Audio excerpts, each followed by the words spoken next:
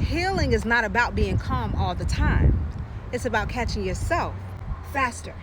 Let's talk about it. I'm Brittany. Hey, your manifesting mentor. I'm not a coach, I'm not a guru, but I'm a woman who walks the walk and who shares what works. One of the things I've been reflecting on this holiday season is something I call the becoming journey. Because as uncomfortable as challenges can be, they often show us something very important where we're not fully aligned with our higher self yet. Dr. Joe Dispenza teaches that if you want to change your personal reality, you have to change your personality. And that doesn't happen by pretending you're already enlightened. It happens by noticing. I recently heard a story from another creator that really stuck with me. She talked about being in a store and walking behind a woman that was moving real slow.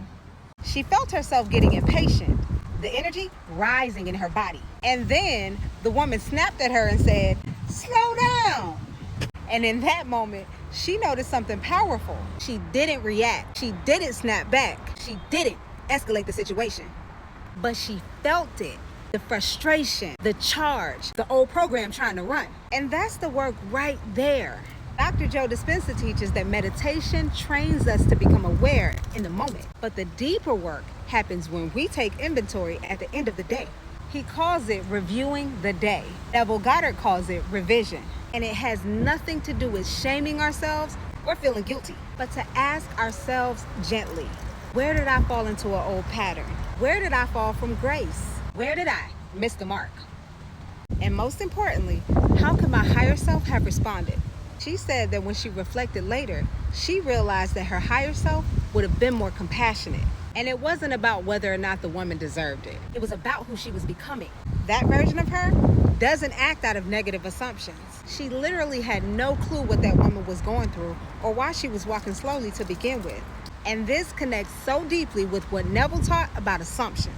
When we're operating from old emotional programs, we make assumptions about other people without realizing it. We judge, we rush, we react, we even accuse. And it's not because we're bad, it's because we're conditioned. The goal of this work is awareness, not perfection. Dr. Joe says the game becomes noticing when we're judging others and noticing when we're judging ourselves. We pat ourselves on the back for catching it. That's big. And then we rehearse a new response. We revise the moment. We imagine how we want to show up next time. Because you can't change the problem from the same level of consciousness that created it. You have to rise in awareness first. This is the becoming journey. And maybe that's the invitation of this season. Not to be perfect, to be present, to notice, to choose again and again. And to remember that healing is never about never being triggered and never reacting. It's about shortening the distance between reaction and awareness. I don't know who needs to hear this, but this is your reminder. And you got this.